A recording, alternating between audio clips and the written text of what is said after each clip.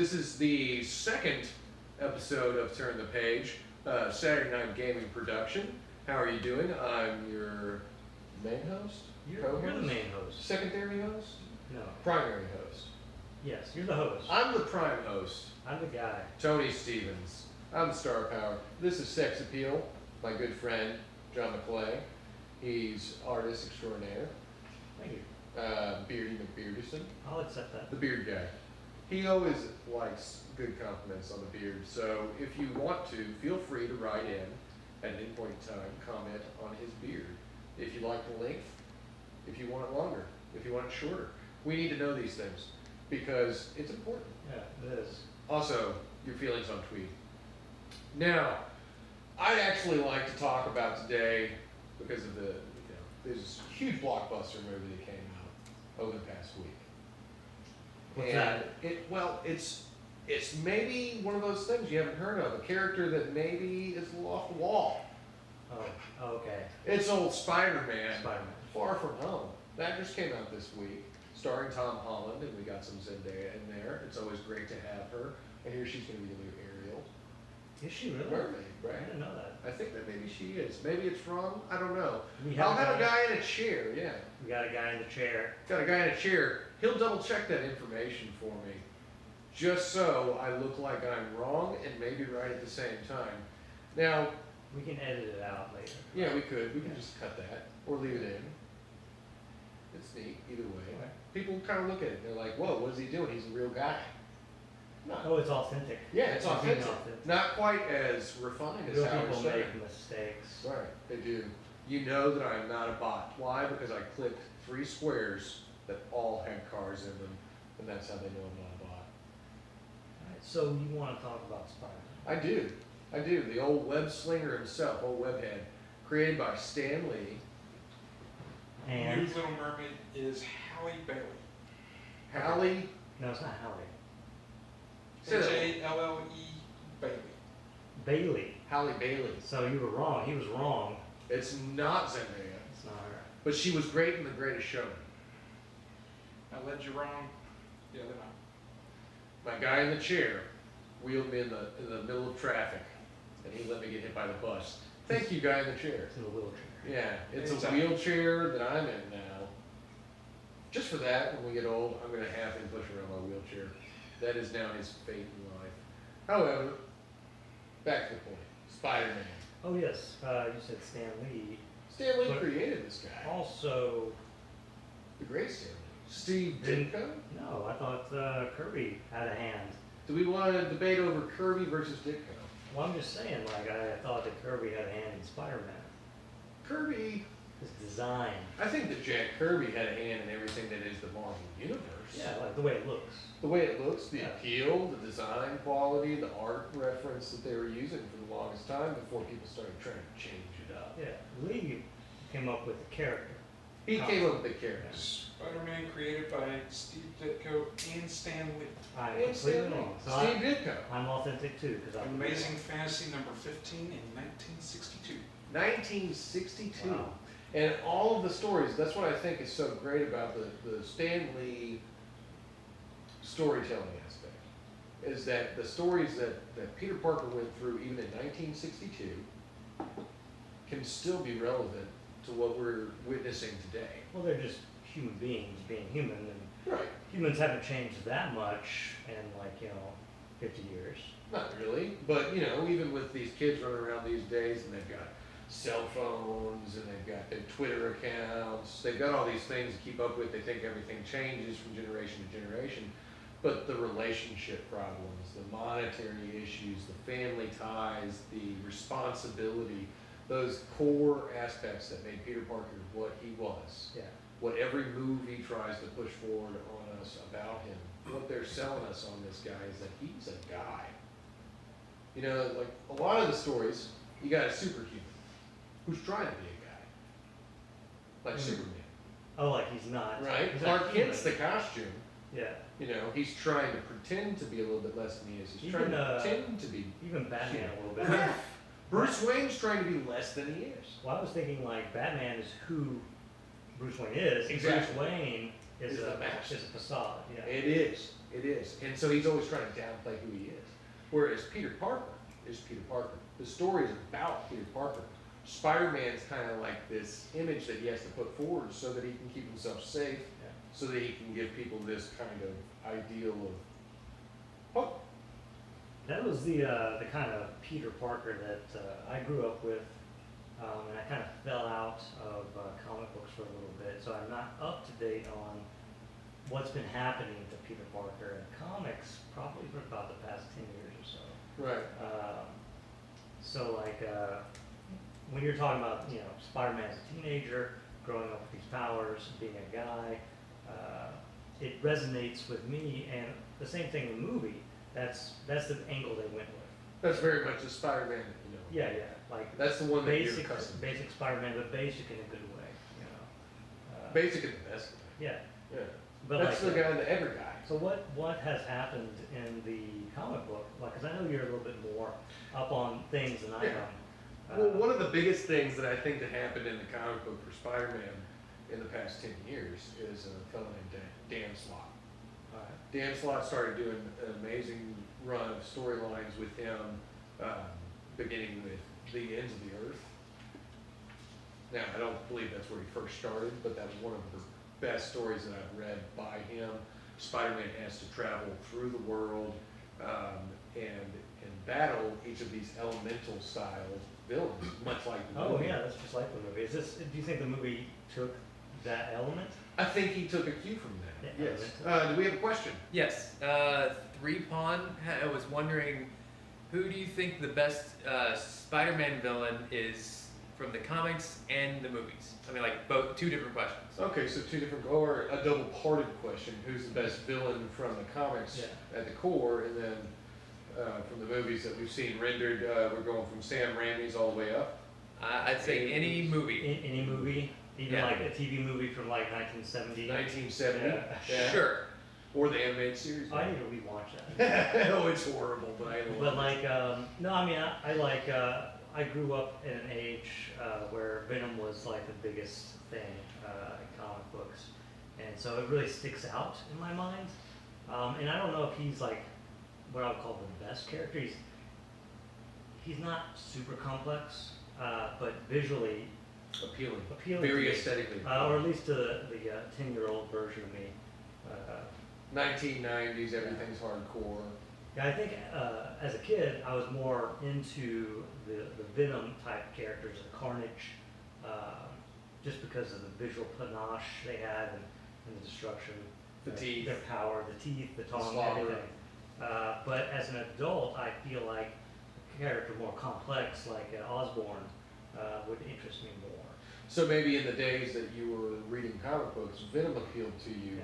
But as you grew and you started watching some of these movies that came out, Or just matured as a person. right? You know, Because like, you know, the motivations for Venom are very basic, you know, very... they're based and emotional. Yeah. It's elemental. It's that primal instinct that Venom's running off of, and I think that's what made him an interesting character in his original representation. I still As go to drawn by Todd McFarlane, because Todd McFarlane was really great at the fangs, the slobber, the demonic look, and I think that that was the appeal of him, was that raw, primal, emotional, gotta get this thing done. That might have been part of it stuff. too, the way he was rendered. Like Right. him and Eric Larson really pushed the visual on Venom, I think. The visuals are amazing in those days. And I'd have to agree, back in those days, I was really heavily into Venom as far as the comic books that were coming out at the time that I was a young man. However, I had a lot of the original issues that my father had given to me.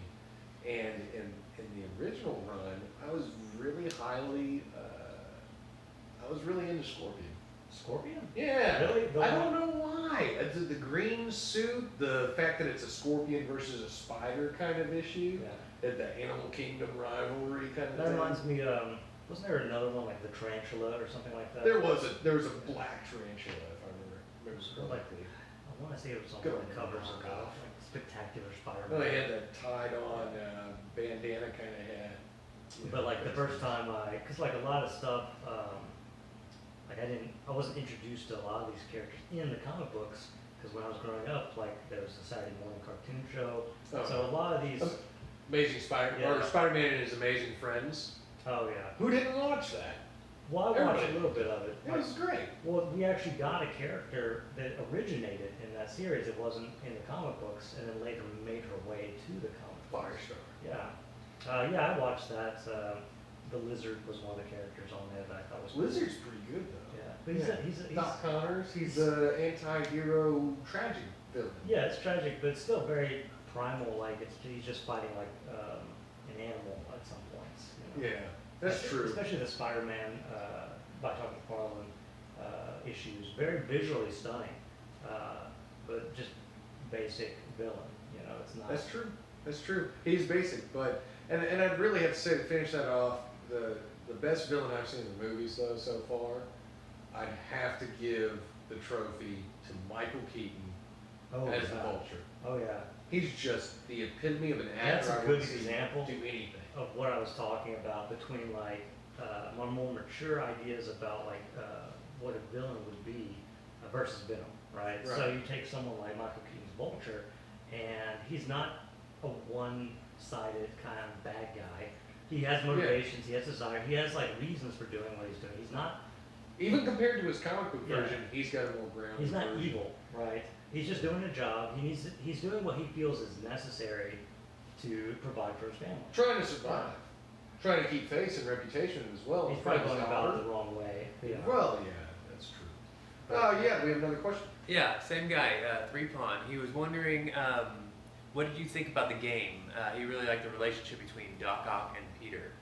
Oh, brand new Amazing Spider-Man game, the one that's on the PlayStation 4. Honestly, I haven't played that. Oh, man. Well, okay.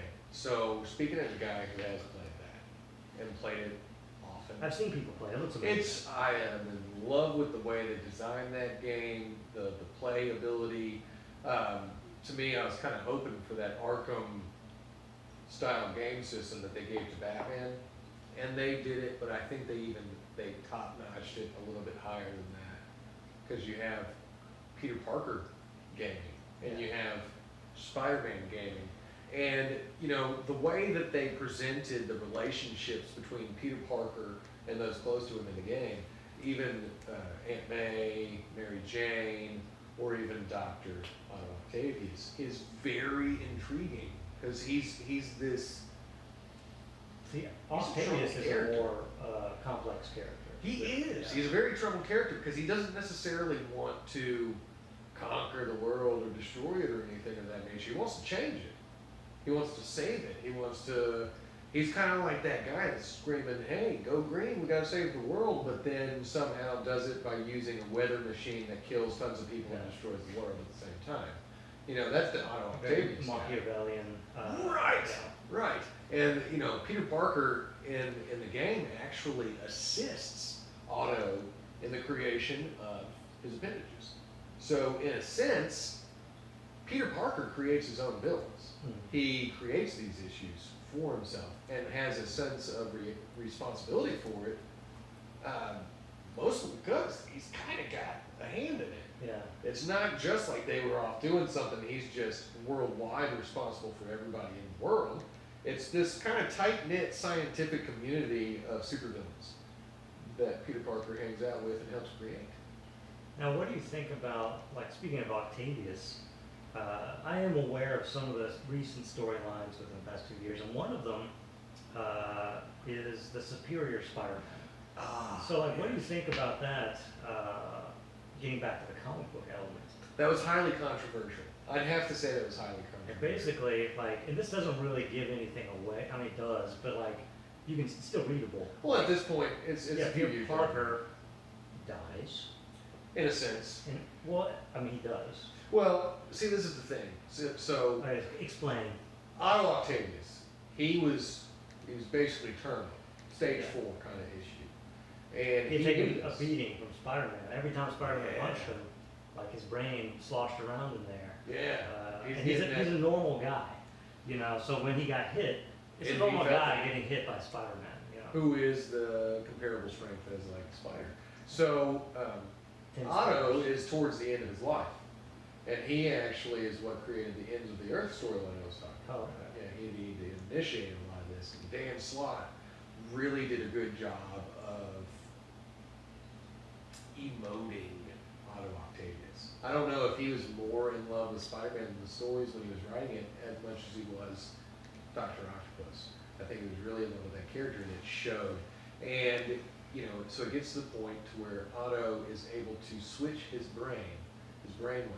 His brainwaves, like, you know, With Peter's body. his soul, I guess. So, AKA Yeah. soul, if you want to go to the mythical sense of it.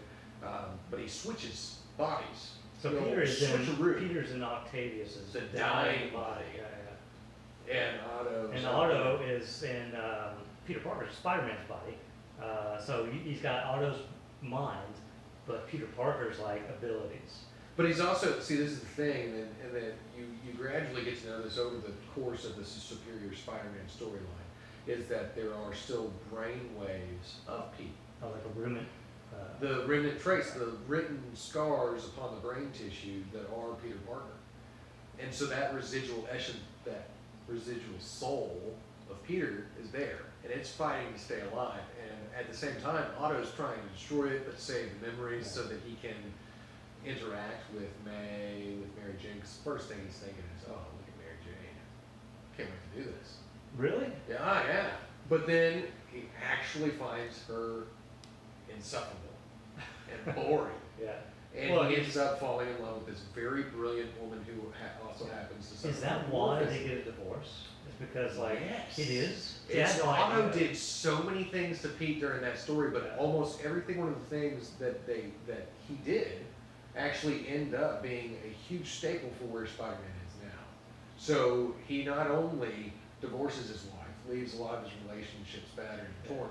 He arrests the Black Cat, not knowing the relationship between her and Yeah. Spider-Man. She's now the new Kingpin, going after Spider-Man, Right. wanting him dead.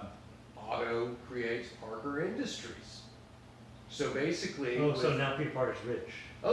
he's the new Stark. He's the new Stark. Did they? So they implied in the new movie, which there are spoilers.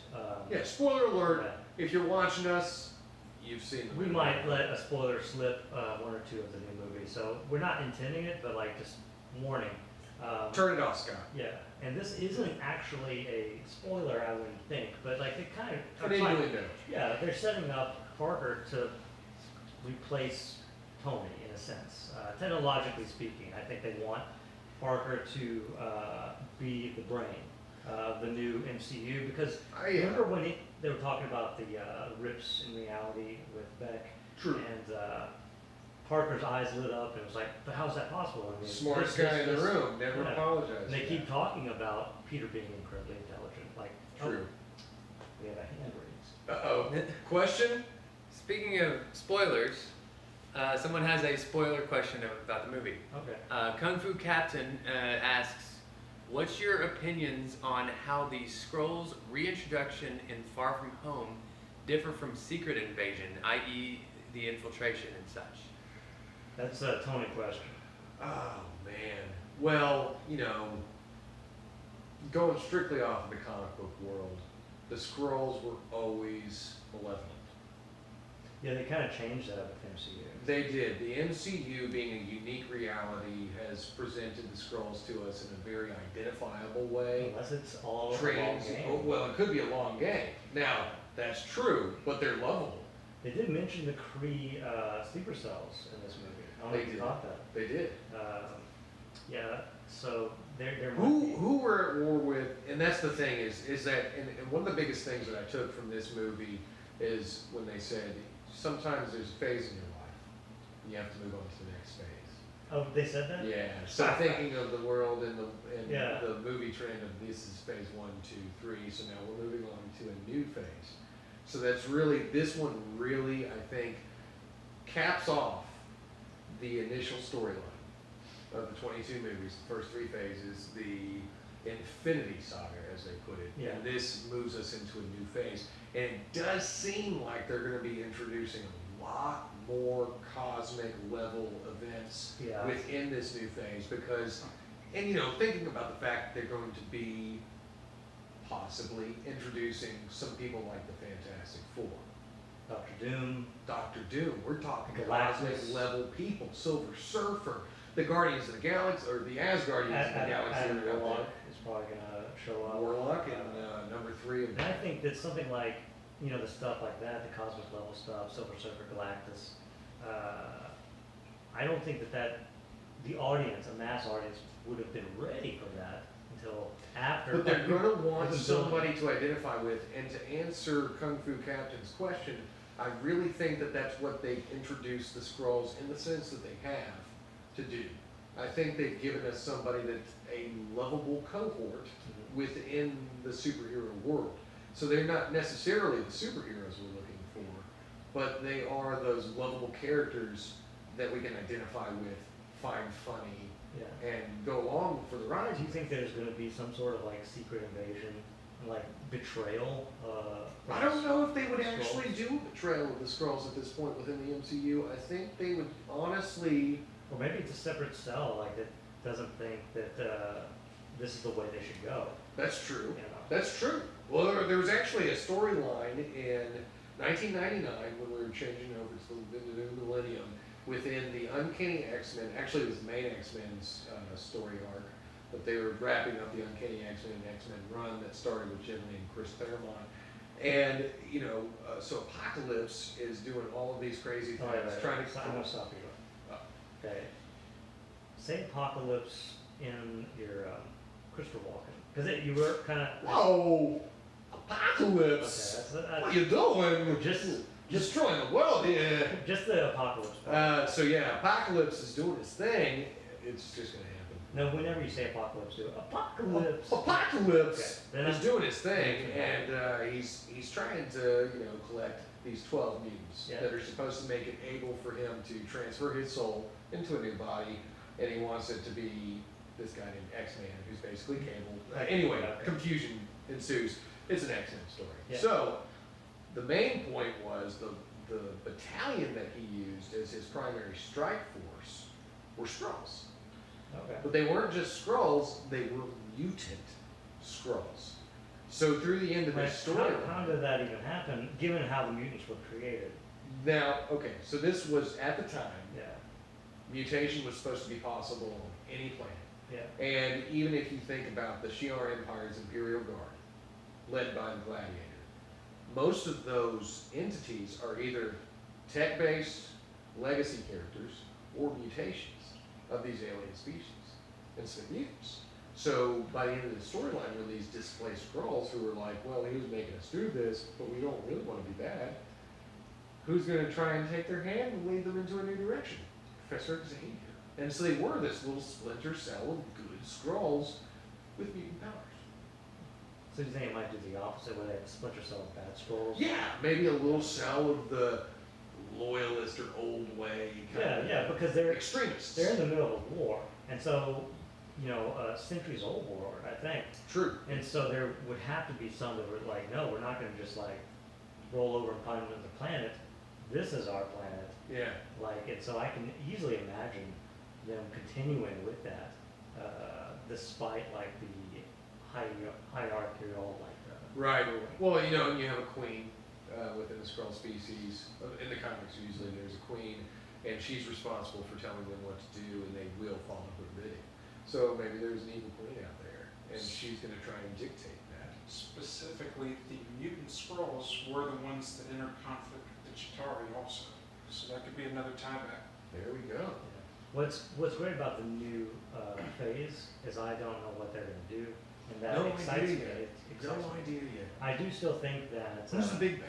Is it even going to be somebody that it big? could be or an not? Nihilus, maybe. Could it be a nihilist? Could it be Doctor Doom? And he's going to play a long game? I Could would like to see Galactus that. be the threat? I mean, I would think that Doctor Doom, as far as long game, would be better. Question. This is a specific question for me. Who is a nihilist? A A Nihilus. nihilist. Wanna go for that? I You do go. not want to go. For You that. don't want to go for Bud No, Guy? no. Okay, You- so you can do there's that. this different realm of existence / reality. Yeah. If I was Reed Richards, I could explain this to you in a way you would never understand it. But there's another dimension. Okay. It's called the negative zone.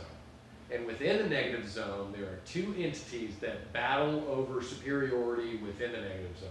Blastar, this big bearded guy who can shoot lasers out of his hands, or Annihilus, who has control of what's called the Cosmic Control Rod, and gives him the ability to control this humongous army of devouring insects. So basically a horde of locusts, and he's the king locust. Cosmic locust. Cosmic locusts, and they can eat planets, they can go through anything. As long as he has that control rod, that's what happens. And that was a huge part of a storyline called the Annihilation Wave, led by Annihilus, that hit the Marvel Universe and reintroduced and truly fastened in the popularity of some people's favorite characters, such as Rocket Raccoon, Star-Lord, Gamora, Drax, Adam Warlock, Groot.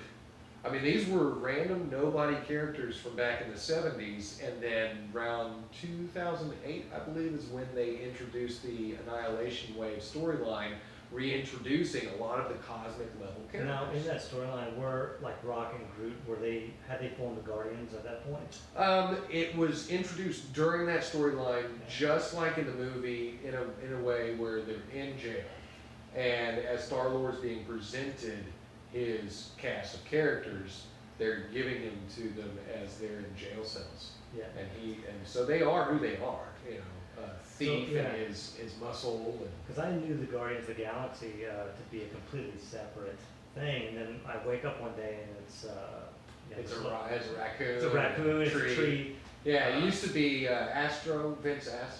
Well, it's in the future. It's futuristic. It was futuristic, and that actually had the Yondu, Yeah. Data. It was actually an archer from that. Yes. It's not a question, but Kung Fu Captain made an interesting point. He said, or made an interesting statement. How true it is, we're not sure, because it says, well, it starts off saying, Annihilus is pretty terrifying, and right now, Mark Hamill is rumored to play him. Mark Hamill voicing Annihilus. I mean, well, Mark Hamill and his voice acting capabilities are astonishing. I like Mark Hamill. I mean, who didn't grow up in the 90s? Well, obviously there's a lot of answers that would contradict growing up in the 90s, but out of the people who grew up in the 90s, who didn't love Batman the Animated Series? Oh yeah, Joker. Joker, that voice right there. But I didn't Mark know that was Mark Hamill Wow. until much, much later. And that, I think, really solidifies my point that he is just an amazing voice actor. What else has he done voice? I know he did Chucky. I haven't really watched that. But voice acting wise, do you know? Well, I know that he's reprising Joker a lot of times. He was in the original Flash series. We went over this last time. Yeah, yeah. I think we devoted a lot of time to Mark Hamill. Too much time. Is there too much time for Mark Hamill? I'm Oh, sorry. we need. Yeah, sorry, Mark. Sex Appeal has said that you don't deserve this much time. No, I no one think you does. do. No one does. I think No. Just You can't devote too much time. We've already done it. No, we have covered him pretty thoroughly, and if you want to see that coverage, refer back to Turn the Page. In previous episode, we Episode talked about one. Mark a lot. Yeah, we do talk about it, and we should just move on from Mark. Set aside like a few minutes to talk about Mark Just each time. each time. Yeah. What is he doing now? Yeah. How's he been doing? You know, How do you feel like he's gonna like do? a fact or something. Yeah. A Mark A fact. little Mark fact. Yeah. A Hamill. We'll have a Hamill hat and just pull Okay. out Hamill. little facts about Mark Hamill. That's what we'll do for you, Mark, because we love you and we'll always look up to you as Luke Skywalker and as the psychotic Joker. Thank you for both of And those. it's Chucky. Yes, there you go. Now moving on from that, I'm going to have to say that if he does voice Annihilus, I would be very interested in seeing what Annihilus could do. Right now, though, I'm a little bit more intrigued with who they're trying to talk Keanu Reeves into portraying, because they're after him heavily. Did Kevin you know- Feige and his Yeah. group of cronies. Do you know who he might be playing? There have been rumors about him being in an Eternals movie. I honestly want to see him as the Silver Surfer. Oh, You yeah. know this. Oh yeah. You know, I don't think I have it with me. But You did do a I rendering. did like a He mock did of it. a rendering of you, Keanu, as the Silver Surfer, and I feel like this role would really Oh, fit you well Yeah, I think so. as a solo Can we man. put that in, like? We should try guy in the chair that's currently in the kitchen. Could you? There's no kitchen here. I'm just playing. Could you try and get that image, and at a later date and time, just put that on in. Just drop it in. I'm gonna, Drop it in right. I went now. looking for confirmation on the Mark Hamill. Yes. What The do we rumor find? is that he's going to be in Guardians of the Galaxy 3 Oh wow, that's it. That's the next one. That's the next one. As, as potentially the voice of a nihilist. so like they are gonna do that. Introducing a nihilist that early too. Also, on the side of the page on Cosmic Book News is fan art for Keanu Reeves as Adam Warlock. I see. I would prefer not to have him as Adam Warlock. He's got that nice deadpan kind of like He monotone. does. He does. Yeah. And I'm not saying he couldn't pull it It's off. also why he'd be good at Silver Surfer. I'm highly devoted to him being the Silver Surfer. I just really feel like that Yeah, I did like a quick monotone. mock-up of that. Yes, Just it's fit it amazing. perfect. It's There amazing. is the- And then we could have Lawrence Fishburne take over the role of Galactus. Please, Lawrence, be Galactus. Oh, that would be great. I think it Yeah. would, because then in his hand, as he's going, I introduce you to a new world, my surfer. And it's like, Lawrence Fishburne. It's because he's got a better voice than I The do. one. But then the one, Yeah. little Neo comes out of his hand, and he's like, whoa. And then he flies out into the universe. But I really think that he could pull off that role and make you feel I think he could. And then like some John Wick like shooting, but with his fingers and cosmic blasts. Just because I'd like to see him do that. It would be a funny part. We've already seen him do that. We have seen him John do Wick. that, but I think that would be a funny part of a Silver Surfer movie to give that humor that they like to throw in nowadays. Maybe you where could he's do one of just those, like a trick shot, like a little behind the neck. Yeah, like and then it like bounces off some stuff, hits some people. I would like to see, instead of like a shot, like just a straight laser that he's just like that. Yeah, so it could be something like that. Maybe have Howard the Duck be his sidekick in the movie. Have they said anything about Howard the Duck coming back? I'd really Mark like to Hamill know could that. do that. Mark Hamill could be Howard the Duck. Let's discuss that. But he can't be an Alice and Howard. No, why not? Well, I thought he was a talented man. he is a talented man, but we also like to give other people work. This is all about giving people jobs.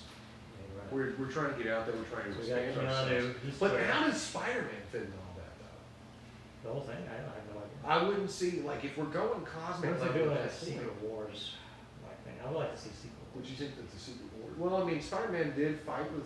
And then like the Silver Surfer big bad would for be some like nihilist, but then the Beyonder's gonna be in the mix. The Beyonder's a pretty big bad Yeah, in the way that he's not even supposed to be. he's not bad. bad. He's but, like, just chaotic neutral. well, like he gets a hold of the power of Beyond, Right. and then he can't control it, and they Who can tie in knows? like Little God. God Doom Yeah, action. yeah, a little bit. That's always good to have those stories. Because what I found fascinating about the MCU and currently what they're doing with Spider-Man, but what they've done with every single movie, is taking the grounded characteristics from the original stories, from all the old Stan Lee stuff, and they have so much of that just involved in the spirit of the movies. But then they take a lot of these new, very intriguing storylines and they spice it up.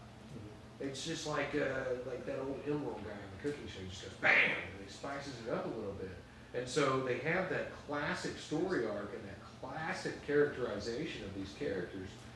That's a lot of use of the word character. But they spice it up with these new stories. And I think that with Spider-Man, giving him that introduction as a teenage guy, the guy that you identify with, Yeah. but with some of these new story twists, such as him going around the world and doing things that he never really used to do. He was just based in New York. That was it. He was your thing. Shadow Monkey or whatever. Night Monkey. Night Monkey. Night Monkey is my new favorite thing in the world. I want Night Monkey to be a comic book now. Like his own thing. Like his own thing. Like it's a guy that saw Night Monkey doing a thing who was Spider-Man, And he but was then becomes inspired. his own Night Monkey. And maybe he's French. I'm okay with the character being French at this point, so that he could be a little bit more debonair. Yeah. And Because I don't even know what debonair means, but it sounds French. Night Monkey sounds better. Night Monkey seems debonair. He seems like your classic thief of the night, but does the right thing because he's got a conscience. Maybe. Just not when it comes to not taking things that aren't his. He Like- wants it more. Like the persona, like he took, Right. it was not his. Exactly. He stole persona. He'll steal the tech to make him a better Night Monkey. Maybe some sort of a prehensile tail attachment. Maybe he could be a ninja monkey. Yeah, well, I was thinking Iron Monkey. I don't know if you've ever seen that. It's a kung fu movie from back in the day. I'm trying to think, was it you and Wu Ping did that? Maybe. But Iron Monkey, go see it. It's a good kung fu movie. You probably have to go rent it or download it or Yeah. YouTube it. Maybe. I don't How know. old were we It's talking? not, I don't know, maybe 90s, early 90s. Something like that. It was good. That's what made me think of was It's Iron something Monkey. worth looking into. Yeah. So this might be a guy who's kung fu oriented. Yeah, yeah. Becomes a Night Monkey, steals the character, Yeah. but then steals the show. Mhm. Because Night Monkey's already stolen our hearts. We're looking out for you, Night Monkey. Marvel, bring it to us. If you can give us Squirrel Girl and Gwenpool, you can give us Night Monkey. Oh yeah, I would love to see a comic book dedicated to Night Monkey. There's actually a comic book right now that I was really interested in trying to tell people about. But there's this Deadpool comic out right now, and the storyline is pretty simplistic. But a lot of the wacky characters within Marvel Universe, such as Squirrel Girl, Howard the Duck, Rocket, Groot, you know, these are characters that they're showing in this. They're being killed off. There's a murder mystery going on. Deadpool is and- taking it upon himself to solve the murder. and he and the other wacky characters, old Howard the Duck and Rocket and Groot, are That going sounds out actually trying to pretty save great. themselves and Yeah. solve the mystery. It's wackadoo and fun and just classic campy. I wonder how they're going to integrate Deadpool. And I heard that while Ryan Reynolds is still going to be Deadpool, they're going to go a different direction, whatever that means, with the character. They may have to go a little bit more sinister with him for a while. Maybe make him a little bit more of his evil counterpart as he started. Or like more fourth wall, or Maybe. what do they mean by different direction? They could I be cannot imagine. anything. Well, you know, so much of these Fox movies with him were so stapled around the X-Men universe. Yeah. And now with the X-Men universe being in flux, we know that everybody else is going to be replaced. We know that we're going to get new actors. We know that Hugh Jackman probably won't be Wolverine. Why? Because he's aging, and this is going to last another 10 years. So unless you want a realistic version of Old Man Logan, right there, yeah. yeah, I mean, that's the only way Hugh Jackman's doing that. And I don't mean any offense to you, my very beautiful friend Hugh Jackman, but sometimes you have to be okay with characters replacing characters. And I think that one of the greatest ways that we've seen that is not only with the Batman series. You know, we've gone through Keaton. Everybody One of loved the Keaton. greatest. Like Keaton it's- was the greatest. Keaton was great. I love Adam West in his Everyone own else. ways, but I love Michael Keaton. And then we got Kilmer. I mean, He was good. Yeah, just He not was my cool. Batman. Not my He Batman. wasn't my Batman either. And then there was another guy that everybody forgot. Our guy. He might have been a doctor on ER, and then everybody was like, "Stop acting." I'm not even going to say his name because I don't want him to. You don't remember it, do you? Yeah, I do. I totally do. I remember his cameos on Roseanne. George Clooney, I know your work history. I just am not fond of the work that you did on Batman, and I would like it if you released. I think he should release a statement blaming it all. on He the thought it show. was all him, but like, no, it's not George. George, it's not your fault. you It's know? Joel Schumacher's fault. I Yeah. mean, single-handedly, that guy tried to destroy Batman George as just an idea. did what he was told to do. How do you feel about the difference between, and before I move on from, Yeah, we're going off on a George Clooney tangent. well, we are, and I don't feel like I really want to hate on him that much. I didn't like him as Batman. I didn't like Batman and Robin. I didn't like Batman Forever, but I really hated Batman and Robin, and I don't blame that on the actors. I do solely blame that on Joel Schumacher and anyone who gave him the license to kill Batman. But before I move on from that, because Spider-Man also has gone through those iterations and changes. with actors, several actors playing one Yeah, they were role. And saying, we get used just to to bring it back to Spider-Man. To bring it back to Spider-Man, we Yeah. had our Tobey Maguire, we had Andrew Garfield. our Andrew Garfield. I liked. See, like, you know, if I was to order my favorite Spider-Man of the recent movies, it would probably be Tom Holland.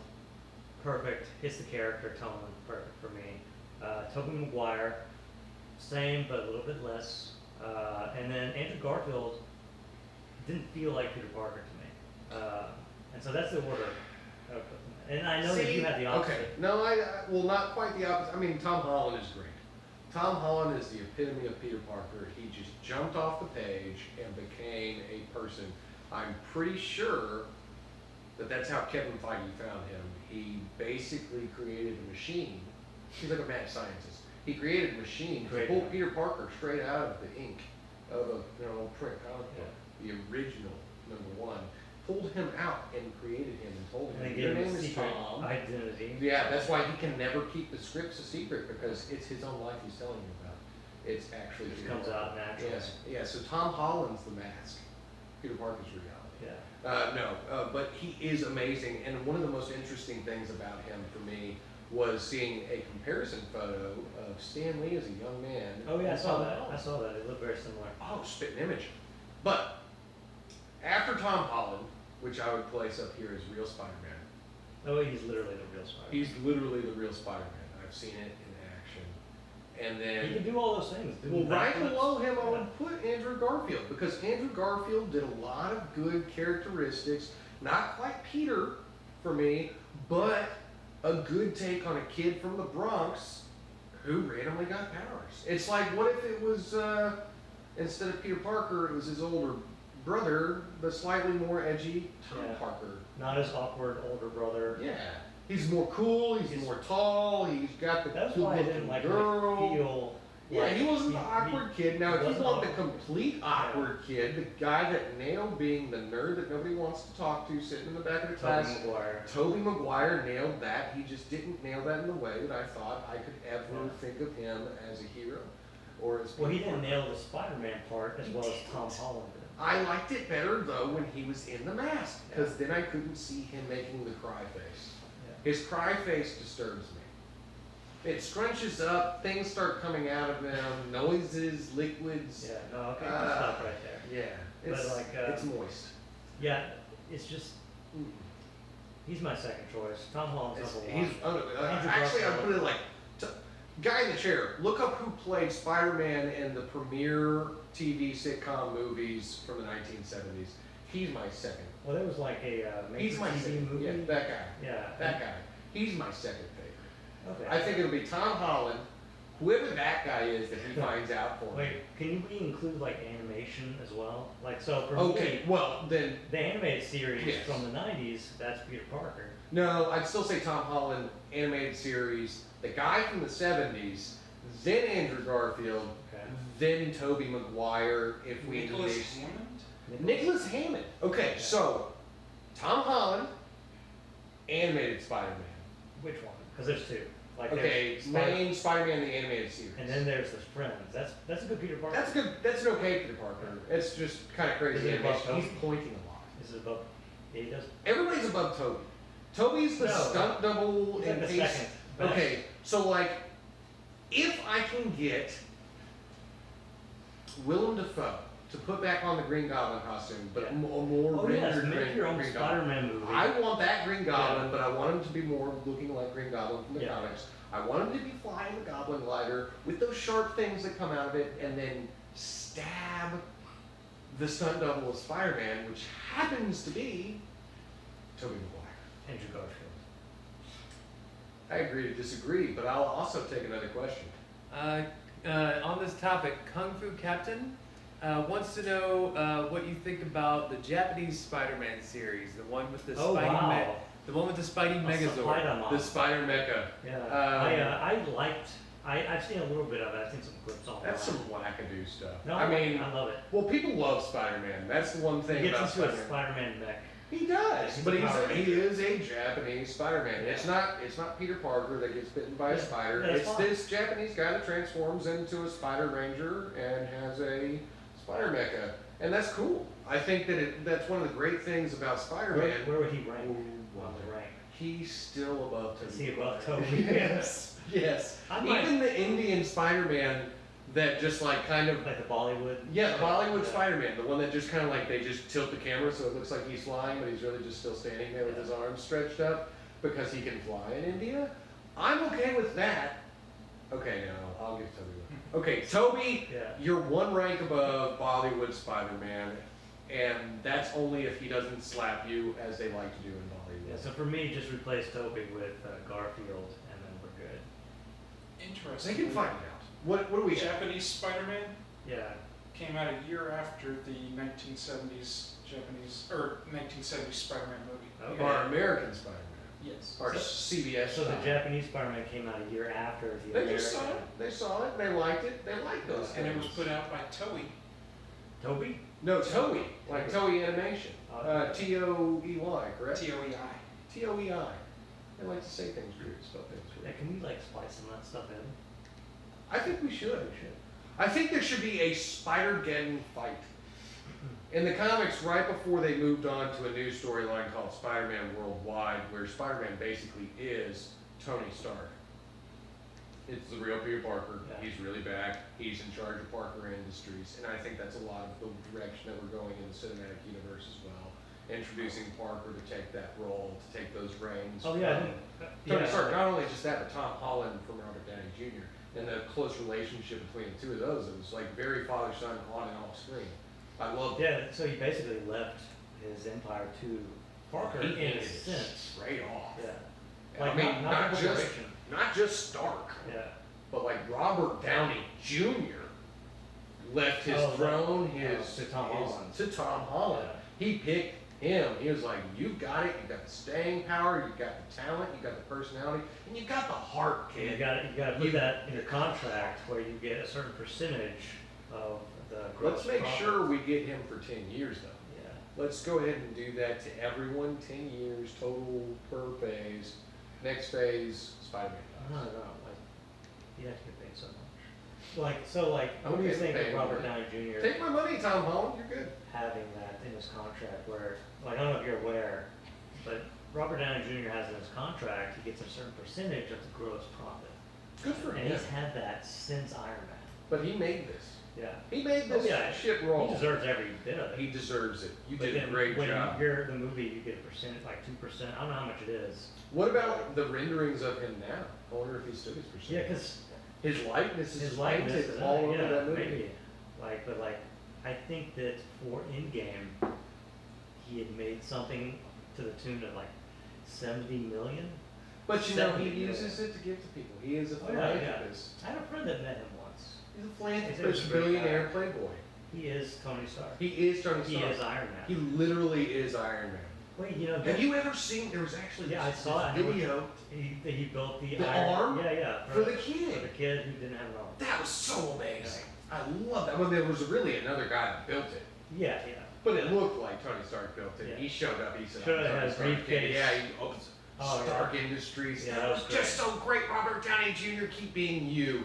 You really do inspire us on and off screen, and that's one of the greatest parts about these Marvel people. Yeah, he The is. people that have these contracts. We're not just seeing a gritty-eyed Batman, and then he gets off screen and he's a total d-bag to everybody. Yeah. Like, come on, quit being There's a rude. question. Uh-oh. What happened? Kung Fu Panda again. What Kung Fu Panda? Yeah. Or Kung Fu Captain? Or is yeah, it Kung Fu sorry, Panda? Kung Fu Captain. That's right. Um, We've got a question from Jack Black.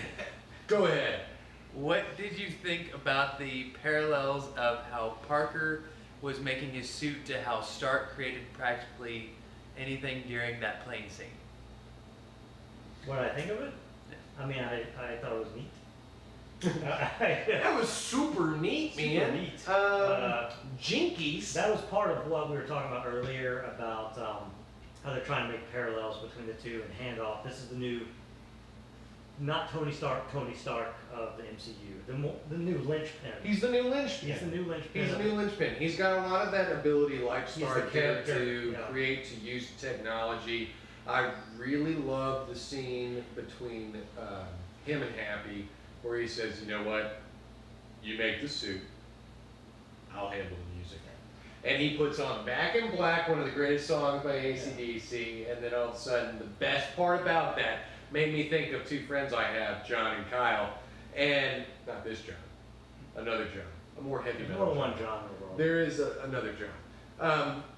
But it made me think of the two of them as they're younger, and if I played AC/DC Back in Black, I could almost picture them saying what Tom Holland said. Oh, yeah. I love Led Zeppelin. Yeah. One of the things That I scene liked was too, great. in that scene was, you know, like Happy's talking to Peter Parker and telling him, like, you know, Tony was my best friend, and you know, he was full of doubt all the time. Like, He messed up too. he messed up, you know, and like you see a lot of that happening in Peter. Like, he's a good guy, he wants to do right, he does his best, but sometimes his best isn't good enough, and so like instead of like just rolling over, he does what Tony would do. He tries again, except this time he does it better. Right. You know, and there's a lot of parallels they're trying to make with the development of the character of Tony Stark and the development of Peter Parker as a character. You know, they've been gifted with like power. In one case, it was like handed to Tom Holland. In another one, the brain power and the ability to create these things for Tony Stark. And then once they had the power, they didn't realize the importance of it. Like their position in the world, the responsibility that comes with that. You know, and I don't really. Well, it's almost a sense of it can't be me. Yeah. Like, I'm not that. Yeah, I Like, even can't- though Tony is so verbose and he's so out there and he's got that Arrogant, grandiose you know, personality, yeah. it's almost a shield for him Yeah. against emotional pain. So for him to be responsible for saving something, like he feels the weight of it, and as you see the character progress, that weight can almost drive him insane and break him at times, Yeah. such as the And you Age of see Ultron. that with Peter Parker's character in this movie. Very true. The weight of the responsibility of Could the power. snap him. Yeah. It could snap him, but he's got to have that core group of people that hold him together. And I think that goes back to what I was saying earlier about the way that Stan Lee wrote a lot of these characters to be real people.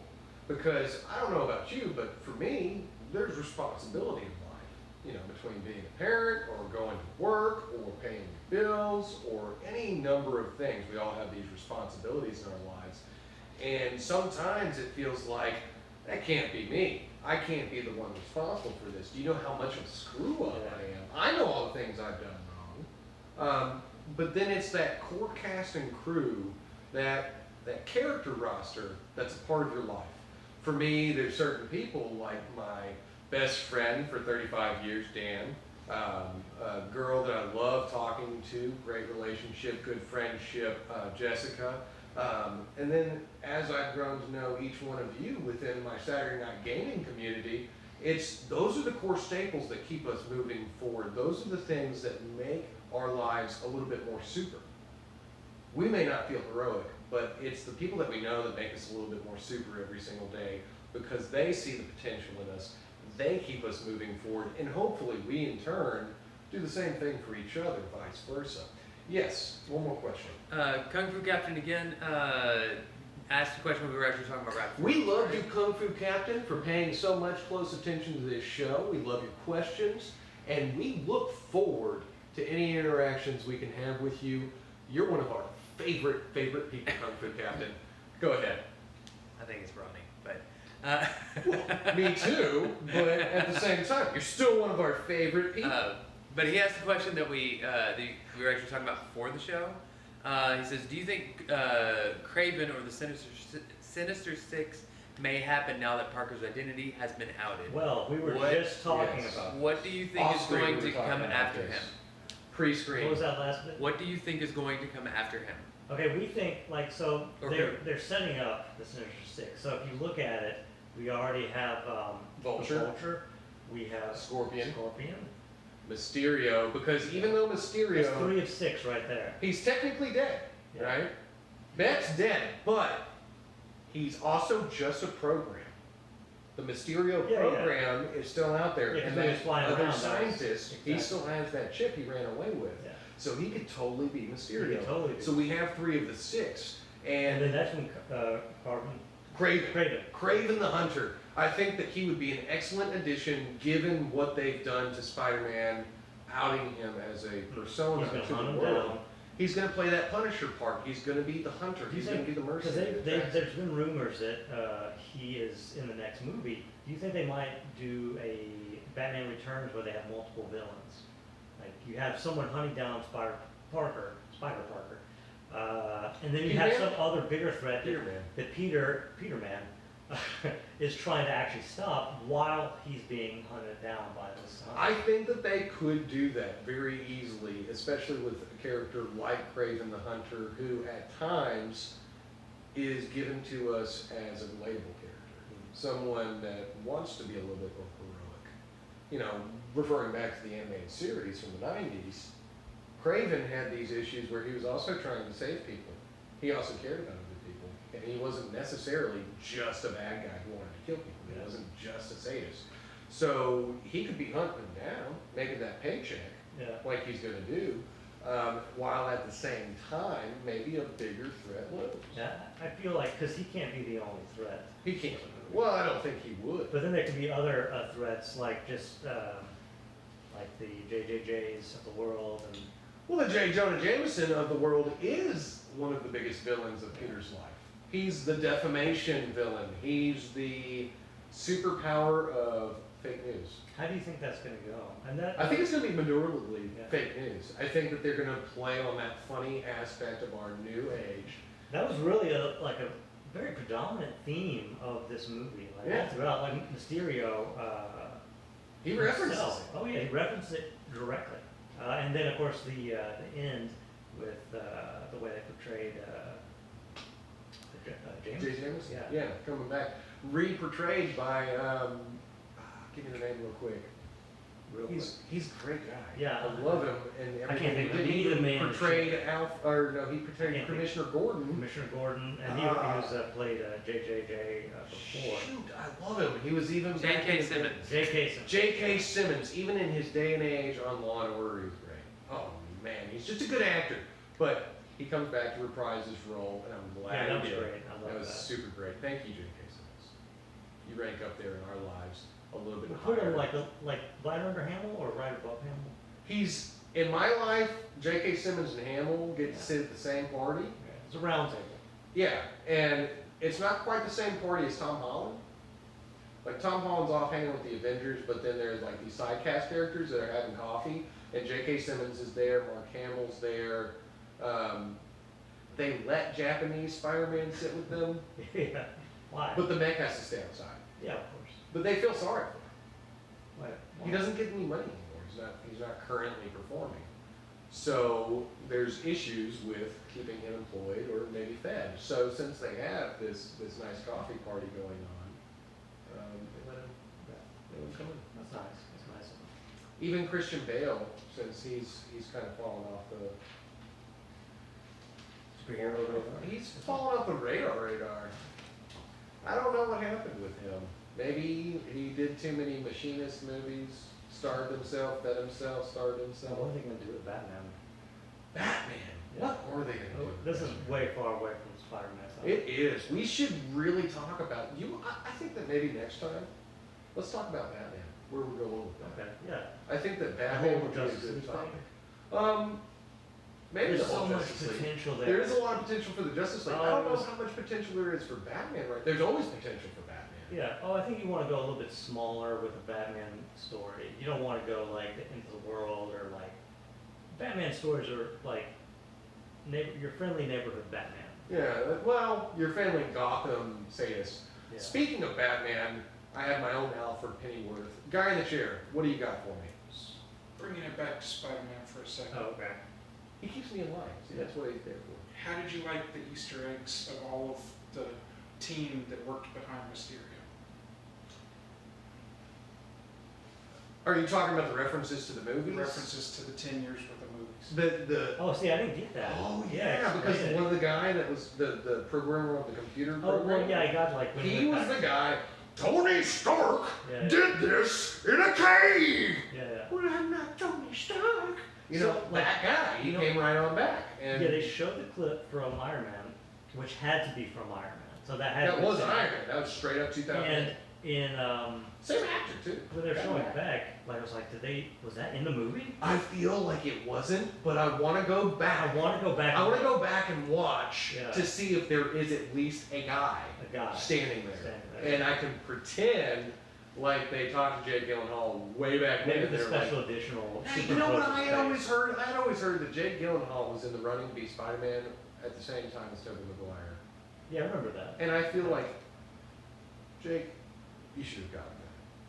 You should have gotten Toby's okay. that. Tobey can go to the same party as Kirsten does. I don't think Jake could do Spider. I think he could have. Jake is too He cool. can't now. Same problem with. He is pretty cool though. Yeah, he's pretty got cool. a really cool attitude. I love the beard. Keep the beard. Same problem with Garfield. Garfield's like too cool, too good looking. You know, he's got I nice don't hair. feel like he does have nice hair. Yeah. I don't know how good Peter looking Parker does versus not have was. nice I hair. feel like Andrew Garfield got more good looking as he was standing opposed to his lead actress. And then something else, not like pertaining to Peter Parker, his portrayal of him, Emma. but his portrayal of Spider-Man. And I have a friend that disagrees with this. So like Tom Holland has those quips that Spider-Man makes while he's and he does The it quirky perfect. Spider-Man He personality. does it perfect. For some reason, and this is my personal opinion, Garfield, when he does that, just comes off Kind of rude. kind of rude. Well, it's the Bronx tone though. But see, that's what Tom Holland and Andrew Garfield did that Tobey Maguire never even touched, Yeah. which was an actual New York accent. Yeah. Tom Holland, not even being American, sounds more American than Tobey Yeah. Maguire. And I don't. He remember. should have just been Seabiscuit and left it at that. Yeah. You were great at Seabiscuit. Don't make me think that I'm actually hating on you, Toby. I just don't want you to be Spider-Man. You get back on that Hey, horse. at least it wasn't Leonardo DiCaprio. Because back in the I when this feel was like Leo can do something but not be Spider-Man. I feel like Leonardo DiCaprio could be an excellent Osborn. or well, this something. would have been like. Harry or Norman, I think. Oh yeah, he could be today. He could be a great Osborn, but He like could do it. back in the day when James Cameron like had the rights to it, or he was attached to the Well, project. back when he was a young guy. Yeah, this was around Titanic era, so you have a young Leo DiCaprio in the running for Spider-Man. Well, we'd have to leave that as a question in the air, and we'd have to tell you that if you want to find out our opinions on Batman and everything Batman related, you're going to have to tune in next time at the same Turn the Page time on the same Turn the Page channel. Thank you, true believers. Be good to you, and always remember, be the supporting cast for the heroes in your life. And thank you. Excelsior.